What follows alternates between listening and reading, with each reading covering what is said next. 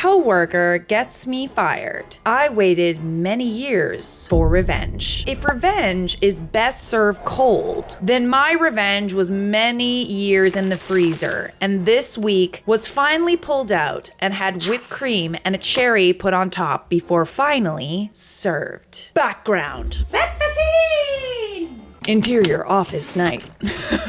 Little joke for my film friends. So I worked for a company for almost a decade that had a small team consisting of 10 people doing commission work for businesses in my city. The owner treated us like family, knowing that we worked long and hard days, sometimes up to 60 hours a week. He paid us better than expected, bonuses and perks he negotiated with businesses that commissioned our work, and even gave the whole company a week paid off when his son was getting married so we could attend. Oh, he sounds nice. We had our squabbles like any other family, and things weren't always bright and perfect. But this is to show how nice the owner treated his employees and didn't screw me over. After working there for years, the manager position became open. Since by then I was one of the most senior workers with the company, so I thought I would apply, and a few others did so as well. I didn't get the position, mainly because despite my experience at company, I didn't have a business administration degree. Someone who worked for the owner did, so he got it. Realizing the education I would have to get, the demand of this job, I thought long and hard and concluded that if I wanted to go anywhere in life, I would have to get that degree. Coming right out of high school to work for company was great, but if I wanted to do something more, I would have to go to university. I talked to the owner and gave my 2 weeks notice. When I explained what I wanted to do and why, he understood that I was trying to make something of myself. This all becomes relevant later, I promise. I love some subtle foreshadowing. Going to university, I found I had tuition covered through government grants, but not things like food, rent, etc. So I looked around and eventually found work at Company B. Company B was a retail store with a bigger staff than I had been used to, somewhere around 50 employees, but had such a huge employee turnaround that it was scary at times.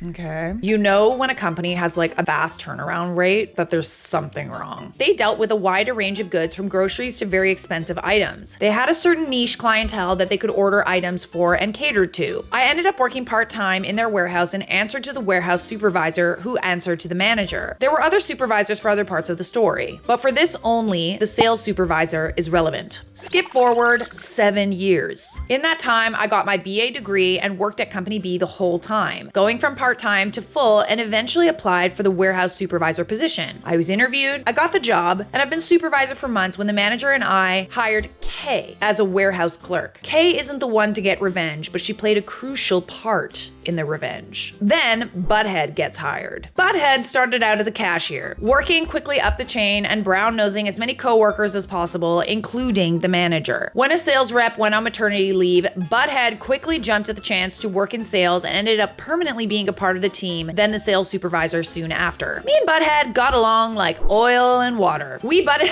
I was not expecting butted heads to be in this script. We butted heads. You and Butthead butted heads. This is funny. Over things constantly. She would tell the manager all the small things that I did, but called me a snitch when I reported the issue she was causing. She would badmouth me and my warehouse staff, talk over me at meetings to try and take credit for my ideas. She openly told coworkers that I was the cause of many issues and couldn't wait for me to leave. Oh, and she was never at fault. It would be the customer's fault, my fault, the delivery driver's fault, another coworker's fault, etc. Obviously. There were times when we got along well, but few and far between. I get fired. Oh no.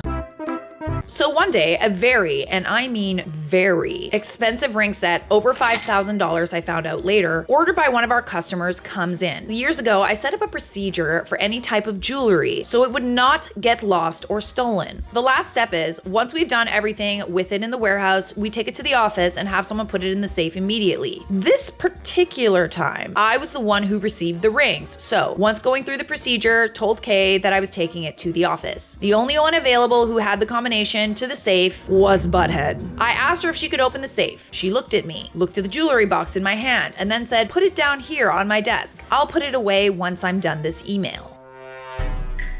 The next day, I get a call from the manager to come to the office. I head there to find manager, butthead, and the HR consultant they pull in when some real stuff starts to hit the fan. Manager tells me the ring set has disappeared. I tell them the procedure I followed, and last I saw them was with butthead. Manager tells me butthead checked the box and the box was empty. Manager then pulls the box out. Sure enough, the box that the rings were in was completely empty. I swear to manager that the rings were inside when I checked them before even given to butthead. At this point, my word against hers by stroke of bad luck, the in-store video recorder had broken down days before the incident, so there was no way to verify what happened. It's kind of odd timing. How very convenient. We all know someone has to take the blame for this, and that's when butthead strikes, saying it was my fault, since it was last seen in my hands. Manager asks if this is true, then I realize that yes, I was indeed the last person to touch the thing, and I never actually saw butthead pick up the box. Butthead gives me a look that screamed, gotcha. Oh, absolutely not. No. She gotta go. Manager and the HR consultant ask us both to leave. After what seemed like forever, I get called in. Manager tells me that since I was responsible for the rings at the time and now they're lost, they would be firing me. But since they had no proof as to whether I stole the rings, they wouldn't press charges, which scared the crap out of me as this is the first time I heard of them thinking of this. I go back to the warehouse, tell Kay and the other warehouse clerks what just happened,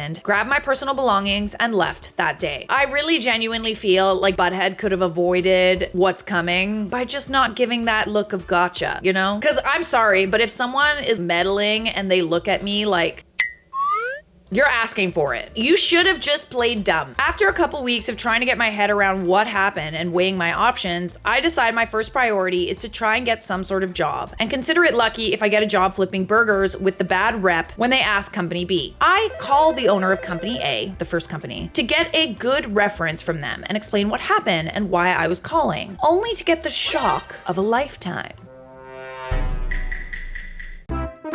The manager position was about to be open. The guy who I lost the position to was retiring soon due to complicated health reasons. Owner had kept tabs on me while at university and understood when I didn't immediately come back to him. But with a golden opportunity like this, he wanted me back and I wasn't gonna say no. Oh, thank God. I thought it was gonna be something bad. I dive into the new job I originally wanted with an owner I enjoyed working for. I thought then and there everything would be behind me, not knowing it would come back not only to bite me, but to pay dividends. The revenge. Kay's side. This I found out after Butthead's reckoning. After I was fired, Kay knew she had to do something about Butthead. Kay knew I wouldn't lose or steal something like the rings, but also knew that without proof, Butthead would deny she did it and have Kay in her crosshairs to attack next. So after talking with her husband, she hatched a plan. She started hanging out with Butthead, telling her things like, I'm so glad he's gone, or wish he had been fired much earlier. Butthead, feeling high from getting rid of one of her thorns in her side, soaked it all in, and after a couple weeks, invited Kay and Kay's husband, from now on KH, for drinks at her place, with her and Butthead's husband. Months passed. Kay and Kay's husband do things regularly together with Butthead and Butthead's husband, including drinking on weekends and couple-related events. Ooh, she's playing the long game. When together, Kay would occasionally badmouth me, and Butthead would agree. Finally, after a year of playing nice, when Kay and Kay's husband were over at Butthead's for one of their drinking parties, Kay randomly badmouthed me, mentioning the rings in passing. Then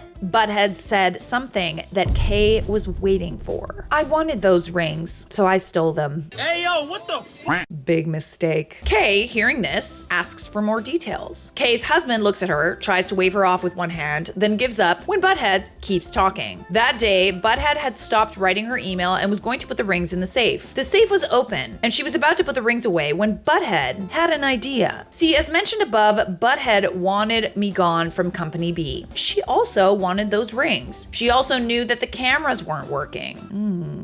She figured that she could pocket the rings, tell the manager they were missing, and spin it so I would take the blame. Kay then asks, where are the rings now? And Butthead, being too drunk and not seeing a reason not to brag, not only tells her, but shows her where they are in her room. All while Kay's husband had been recording the whole conversation. Goody. I went to grab this drama and Kay gives a copy of the recording to manager the next workday. Police are called immediately. Butthead is arrested and her house is raided. They find the rings. Kay and Kay's husband give the recording and testimonies to police. Butthead's reckoning has begun. Part 2 of the long-awaited revenge. I get a call from the prosecutor's office. After Butthead is arrested and charged with theft over $5,000, among other things. He wants me to testify about what she did to me. I didn't skip a beat in saying yes. Fast track to the trial. Prosecutor has me, Kay, and KH's husband testify and plays the recording of Butthead admitting that she stole them. Her attorney tries to throw out the case, saying Kay got Butthead deliberately drunk, but Judge didn't buy it, since there was proof she drank all the time. Judge was lenient and gave her 5 years in prison, which she yelled was unfair, but I personally thought she got off easy. Meanwhile, as the trial was happening, I was talking to a lawyer to sue Butthead for setting me up like she did. Oh my, you're just not letting her get up for air, eh? We were also going to sue Company B for wrongful termination, but they settled the day they got notice of the lawsuit and knew they would lose. Butthead wasn't so lucky. They tried some trickery by having Butthead's husband divorce her, and he received everything in the divorce. But my lawyer added him into the lawsuit as well. My lawyer asked overall for $3,500 in emotional distress, back pay from when I was fired until I started working for Company A again, and legal fees. And now you're probably wondering what the metaphoric cherry on top was. Oh, yes, of course. On top of this delightful Sunday of revenge. Well, recently, we had someone leave Company A, so we were hiring someone to replace them. Owner was going over the resumes and set up interviews for the job this week. Lo and behold, Butthead was one of the people to apply, but he didn't know that. Please tell me you interviewed Butthead. I looked at the resume and was about to trash it, then smiled. Owner set up the interview. She came in at her slotted time, looking to brown nose her way through. Then she saw me. I smiled an evil smile.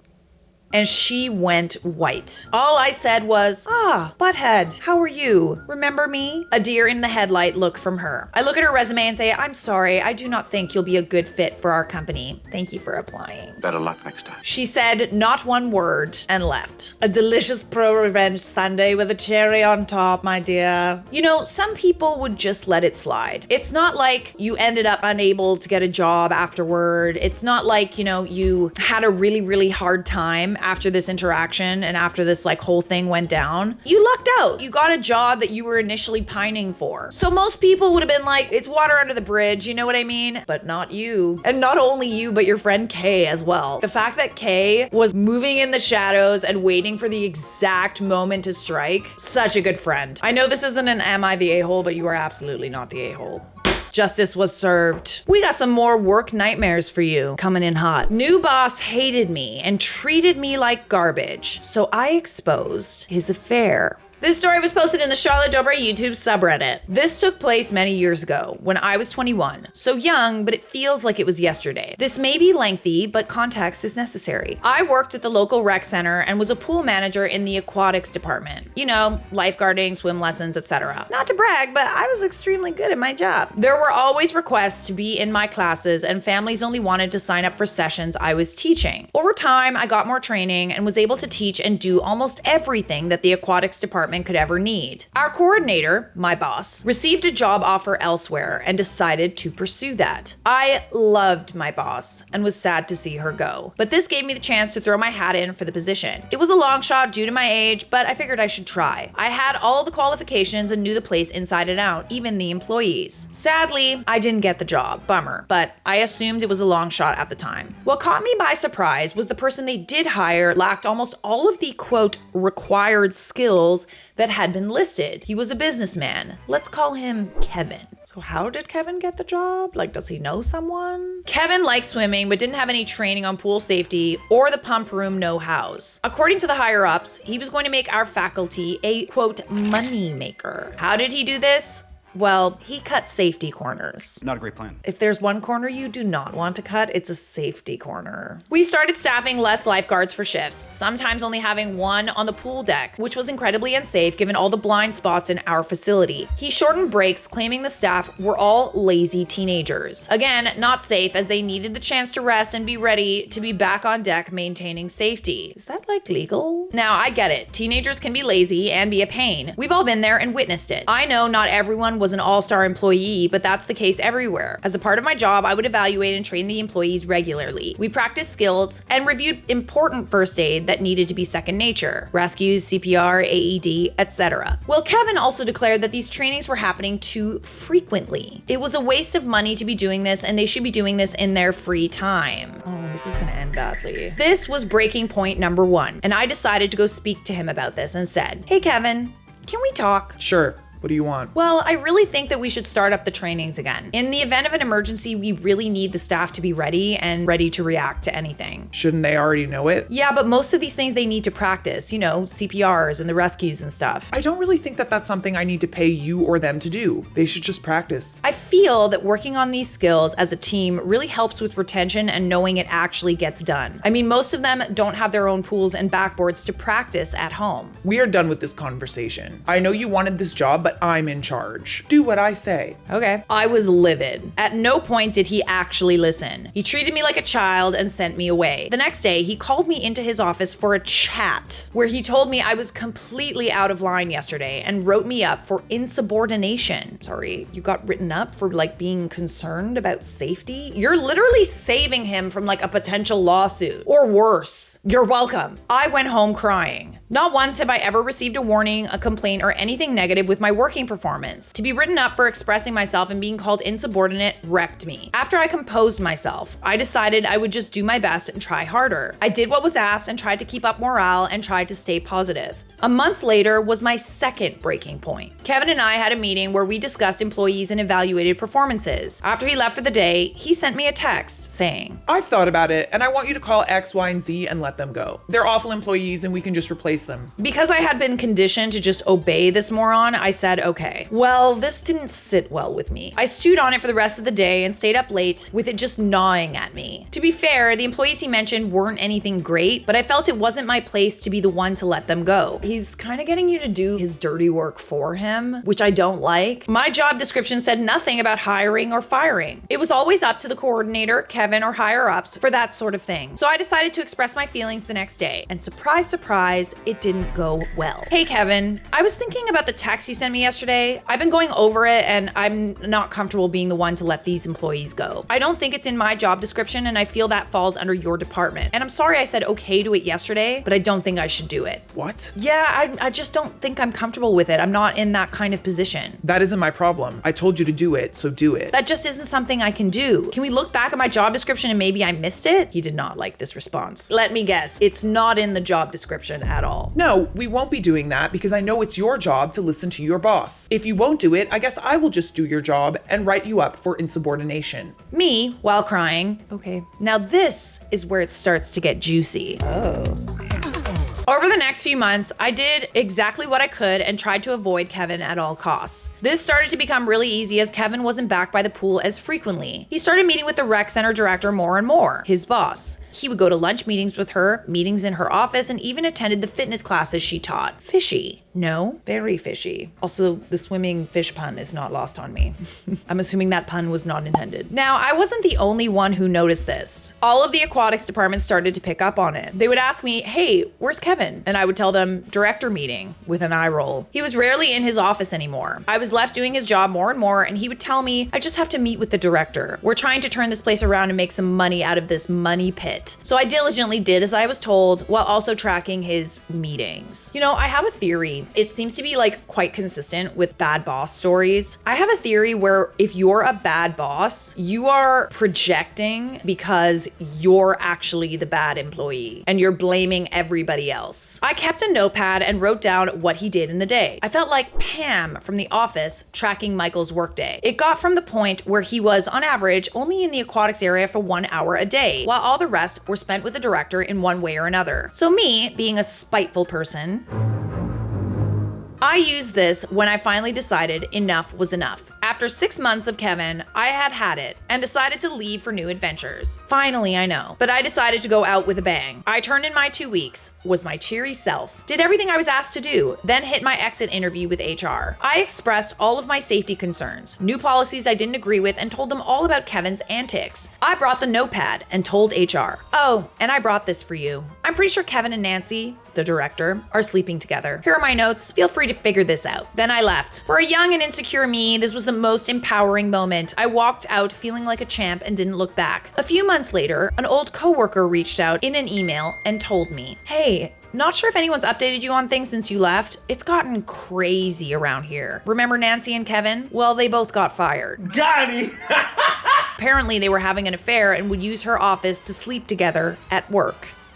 They're both now divorced and are jobless after everything played out. Just thought you should know after all the crap he put you through. Vindication never felt sweeter. Well, that ended nicely, didn't it? Remember what I said about people that like always point the finger, like bad bosses that are always criticizing other people? This is why you should always be careful about pointing fingers and like, we should communicate when we're unhappy with something. But at the same time, let's make sure that we are not living in a glass house when we throw stones. All right, we got one more. We got time for one more. I ain't going nowhere, and neither should you. Am I the a-hole for firing my brother after he proposed at my wedding? So, a bit of background. I own a plumbing company, and I hired my brother 3 years ago. He was jobless after the pandemic, and I offered him to come and work for me. He was 22 at the time, and is now looking to become a master plumber and start his own business. At my wedding, in which he was the best man, he decided that during his speech, he would give us all a big surprise and decided to propose to his long-term girlfriend. Me and my wife were appalled. Well, fucking duh. If you do not ask permission to propose at someone's wedding, you should expect them to be appalled.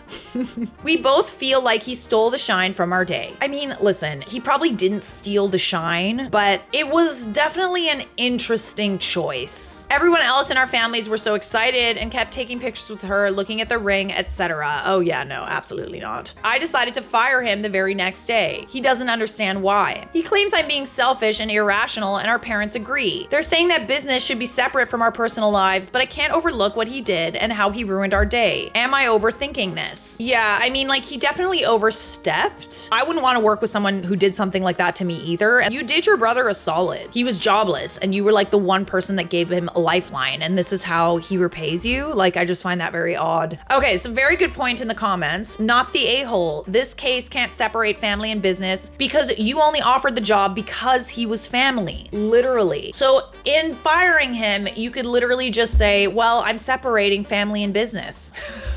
I would tell him that he can have the job back after he pays for half the reception, since he turned it into a combination wedding reception and engagement party. That's smart. So smart. You do need to talk to him, because like firing him without telling him why, you're not firing him because he was bad at his job. You're firing him because you're mad at him for what he did. So I feel genuinely like you need to have a chat with your brother, kind of let him say his piece, let him apologize if he plans on doing that. I feel like maybe you kind of jumped the gun a little bit by firing him just because you didn't give him a chance to apologize. At the end of the day, like, the damage is done. You only have like one wedding, and he totally like hijacked that. I wonder if there's something else going on here, that like he kind of like wanted to become like you. You gave him a job as a plumber 3 years ago. He's now looking to become a master plumber and start his own business like you. That wouldn't be weird, but it also seems like, okay, he's also kind of hijacking your wedding. I don't know. Maybe I'm overthinking it, but like,